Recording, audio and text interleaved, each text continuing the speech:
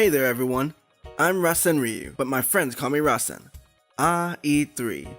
It's like Christmas for any video game enthusiast. Sometimes you get socks and hats, and sometimes you get the exact game that you want. And you even sometimes get things you never knew you wanted. This E3 was filled with dynamic weather changes, freaky arm things, and free games. It's a fantastic time to be a gamer. But as is inevitable at E3, you can't please all of the people all of the time. Myself included, of course.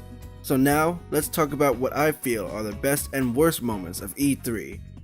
And I'll tell you who I think won E3 and who lost. I can almost guarantee you that it won't be who you think. Well, the loser might be who you think. Let's get on with it. Electronic Arts, or EA for short. I'd say their best moment is their showing of Anthem. They didn't have much else to show at their conference. Unravel 2 was a contender, but I think people were really looking forward to Anthem. And so was I. They showed us gameplay, and their graphics looked as good as I'd expect, so I'd say that's their best one. The worst part of the conference, however, was when the two guys came up on stage. Juju Smith-Schuster and Young Kiv, when they were commenting on the Madden championships and how Young Kiv won the most recent one or something like that, and he was showing off the Madden championship belt. Like, that's all fine for an audience that's into esports, but in my opinion, this is a conference about games, so I want to see games and not really highlights of an esports thing or some other event that the games might have something to do with, but are not essentially the game. Like, they didn't really show us any Madden. They showed us a gameplay trailer. No, not even a gameplay trailer. They showed us a trailer of the different sports games. They didn't show us any gameplay at all. And for Madden, they didn't talk about anything new. So I find this to be the worst part of their conference. Now, Microsoft is one that I was really worried about, but the best part of their conference is, well, it's actually a tie for first. Halo and the 3 Gears reveals. Now, Halo looks absolutely beautiful. I didn't even know which game I was looking at when they started their conference. I don't play Halo all that much, but I am kind of a fan, and I like that they brought Halo back for everyone to enjoy. And as for the 3 Gears games, the Gears Tactics game, I probably won't play. Gears Pop, however, I don't know, I might play it.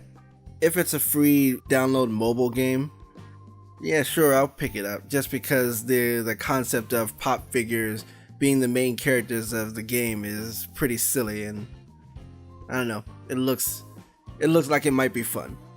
Gears 5 though, the cinematic trailer that they showed us is impressive to me. Like, the graphics were amazing, the story seems very interesting, and I'm a big Gears fan even though I don't own an Xbox. But I want it, and I want to play it. It looks great. Moving on to Bethesda's conference, I'd say their best is the Elder Scrolls Blades being put onto everything from mobile to VR, and being able to play with other people using any device. So mobile can play with VR, and PlayStation can play with Nintendo, and Xbox can play with mobile, and it's platform fluid, I want to say. And the worst moment of that conference had to be the performance by Andrew WK. It was a little cringy to me, and the faces in the crowd kind of showed little interest in the performance too. He was doing that performance right before the Rage 2 reveal, and Rage 2 looks pretty good. The gameplay trailer showed us a lot. It showed us that it's an open world sandbox type of game. I don't really have much interest in it myself, but Rage 2 looks good, so that's good. And now, Square Enix's conference. The best part of that one, I'd have to say, is the Under the Moonlight patch for Final Fantasy XIV. Not only is that getting a patch, but it's also getting a crossover with Monster Hunter World. I'm not sure of all the details right now, and I don't play Final Fantasy Online 14, but anything that crosses over with Monster Hunter is a best in my book, at least this year. The worst part of their show was Babylon's Fall. They showed a pretty good looking trailer, but they had all these dates up that I didn't understand because I don't know history, and without any kind of narrative that goes with those dates, it's hard to understand exactly what the game is about.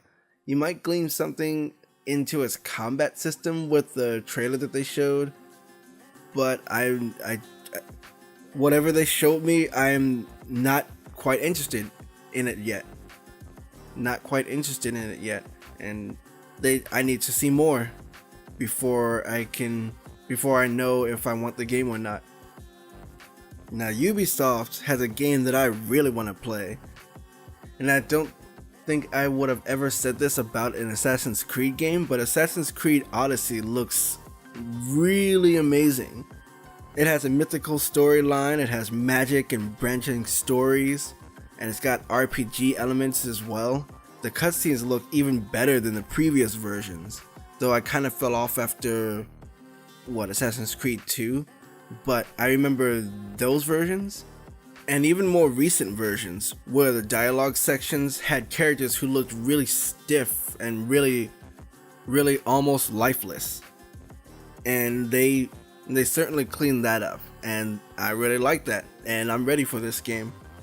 The worst, I'd have to say, is the Rainbow Six Siege portion of the conference. So the guy who came out was basically there to talk to the community face to face, and there was a quick mention of new content for the game, but it was once again esports talk, and I'd have rather seen some of the game than some esports and competitions and documentary thing. Like, that can be an aside, that can be, you can tell me about that later, give a quick mention of it, but I'd rather see the game. I know my brother wanted me to start playing Rainbow Six, and I don't know right now. Alright, two more. Next up is Sony. I had to give them two first place best parts of their show.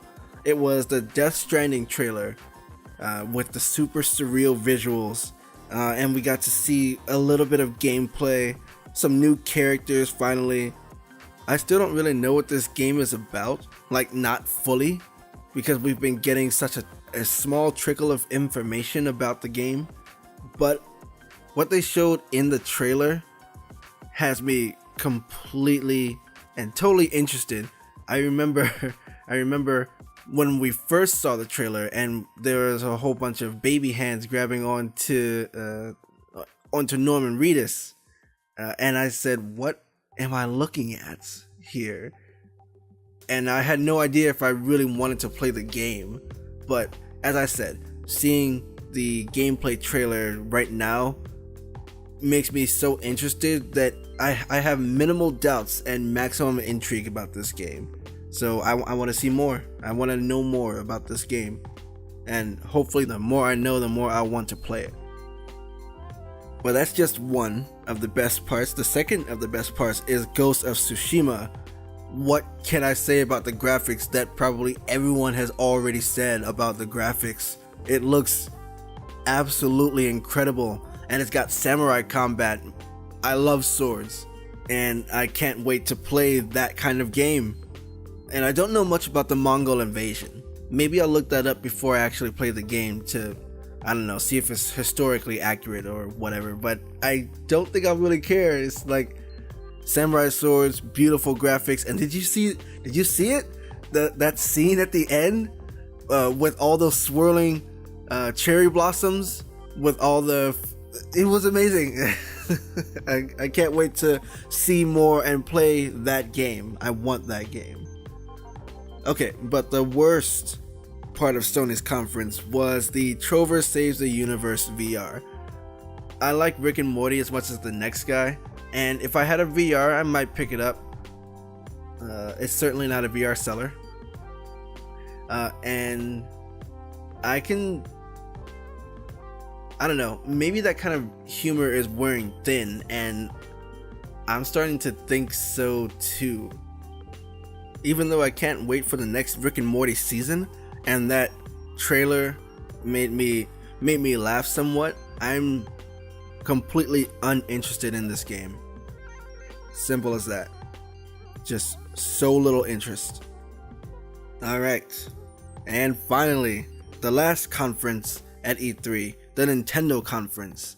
I myself love Nintendo, and the best part of the show, in my opinion, is Super Smash Bros. Ultimate, because of course it is.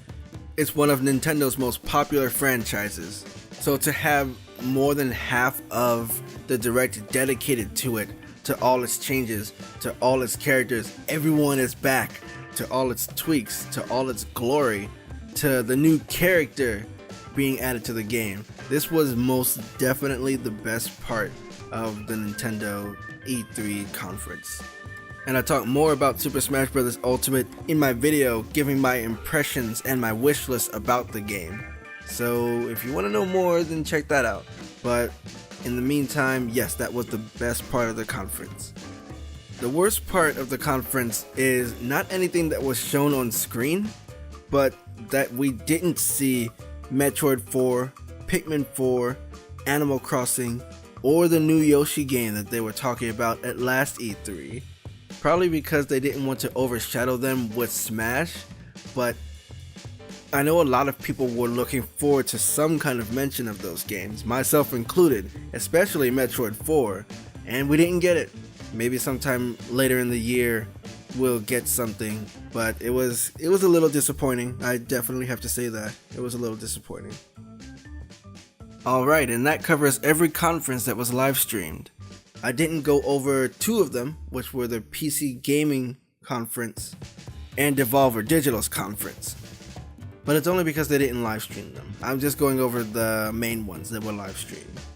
Though I did see Devolver Digital's, and those people are crazy. That's all I'll say about that. Anyway, the winner of E3, in my opinion, is Bethesda. They showed a lot of different games besides just their Elder Scrolls Blades. They had a new Doom teaser trailer. They had a free trial version of their free-to-play Quake. They have Wolfenstein coming to the Switch. They have Fallout 76 gameplay. They had that old cartoon style PSA for Fallout 76 explaining the mechanics of the game and things like that, which was a little ingenious in my opinion, because any kind of explanation of mechanics can be very boring, but if you do it in an interesting way, people will get it a lot easier. They'll enjoy it a lot more. And they teased Starfield, their very newest IP that will be coming out someday soon, but they're working on that. And in Elder Scrolls 6, they had most, if not all, I don't follow them to a microscopic degree, but most if not all of their most popular franchises had something going for it at this conference. They showcased it all. They were on top of their game. I think they won E3. Now, the loser of E3, if you hadn't guessed, it's Square Enix. Like, besides one or two things, they didn't have much to show. I mean, we already knew a ton of stuff about Kingdom Hearts, especially since they already had people start playing it and all that information is now online. Like, we know a lot about Kingdom Hearts, so this little bit that they showed, and then they gave some of the best parts to Sony. Like, they should have kept the best parts for themselves. It doesn't matter if Sony came up after them. They should have kept the best parts for themselves. But at least we got a release date. But we've been waiting 5 years for the game. Square Enix needs to get it together. They did a Nintendo Direct style conference, and it would have just been better if they showed more things that we hadn't already seen. Or they showed, that we hadn't already seen. Well, that was fun.